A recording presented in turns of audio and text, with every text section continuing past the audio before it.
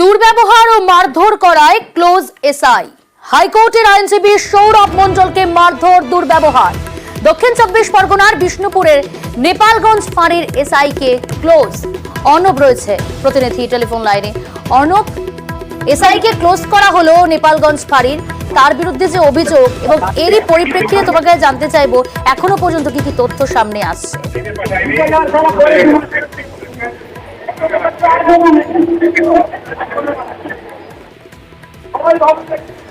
অর্ণব, তোমার কথা একেবারেই শোনা যাচ্ছে না, স্পষ্টভাবে শুনতে পাচ্ছি না।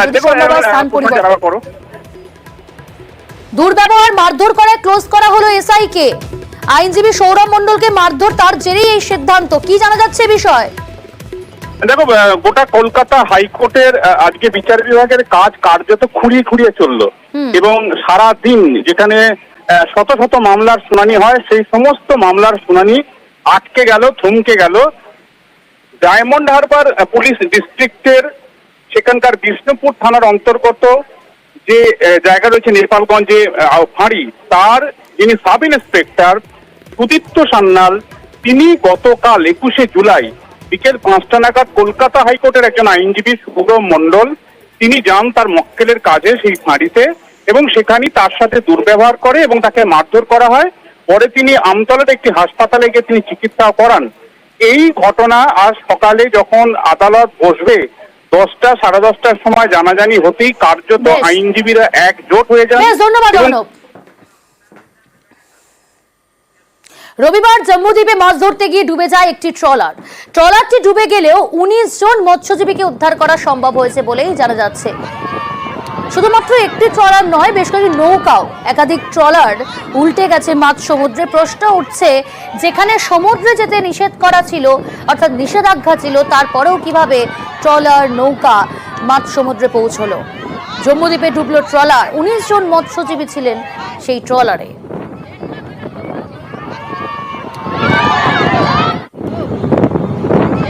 গঙ্গাসাগরের বেগুয়াখালীর কাছে মাছ ধরে ফেরার পথেই দুটি নৌকা ডুবে যায়, আর এই ঘটনায় বেশ কয়েকজন মৎস্যজীবী অসুস্থ হয়ে পড়েছেন।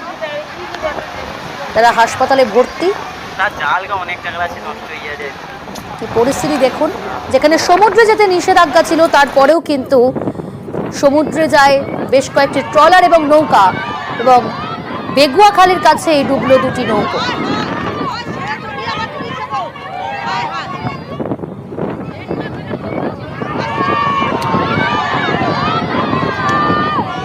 সমুদ্রে যেতে নিষেধ করা ছিল এবং তারপরেও নিষেধাজ্ঞা থাকা সত্ত্বেও মাঝ সমুদ্রে ট্রলার এবং নৌকা কেন, উঠছে প্রশ্ন। মাছ ছিল কমে 40 থেকে 50 মতো। তারপর কি এই খালের মুখে ঢোকার সময় বোল্টারও পড়ে আছে না, এই বোল্টারে ভয় করে মানে পিছনে করে মৌজা মেরে দিয়েছে। মারার পরেই ট্রলারটা? হ্যাঁ। কত টাকার ক্ষতি হয়েছে? কমপক্ষে হলো মাছ সঙ্গে নিয়ে এলো 10 লাখ টাকা।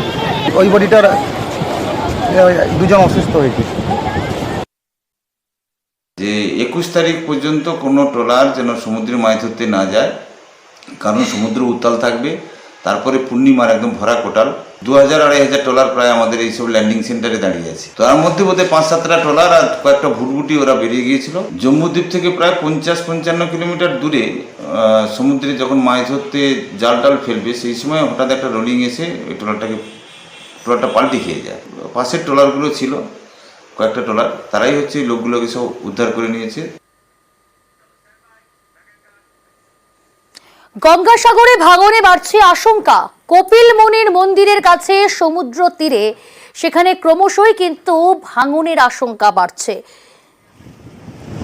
সেই ছবিটি একটু দেখাচ্ছি আপনাদের, দেখুন কি পরিস্থিতি। পূর্ণিমায় জলোচ্ছ্বাস, ক্ষতিগ্রস্ত কংক্রিটের রাস্তা, 1 থেকে 5 নম্বর যাওয়ার রাস্তা, ভেঙেছে সৈকতে থাকা ইলেকট্রিক পোস্ট। সিভিল ডিফেন্সের তরফে মাইকিং করা হচ্ছে সেখানে, এবং পুণ্যার্থীদের সতর্ক করতে চলছে মাইকিং।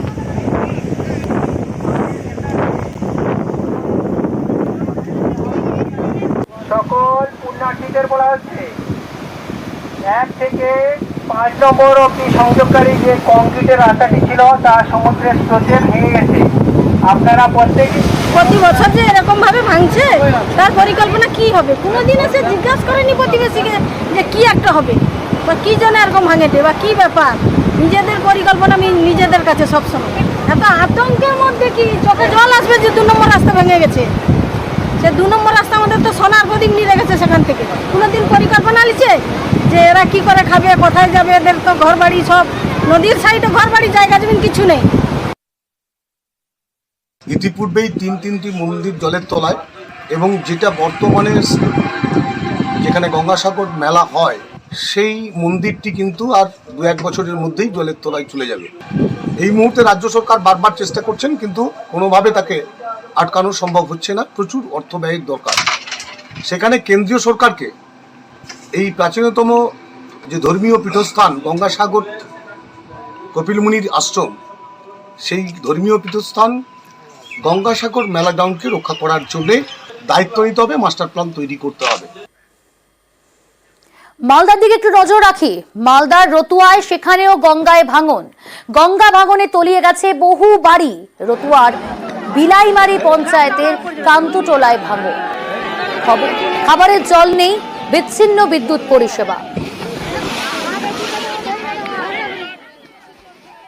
10 কিলোমিটার দূরে ছিল নদী, কাটতে কাটতে আমাদের জমিন জায়গা সবই চলে গেল গঙ্গার বক্ষে, এবং বাড়িটা যে ছিল বাড়িটাও গত সাল থেকে আমাদের বাড়িটাও গঙ্গা বক্ষে চলে গেল।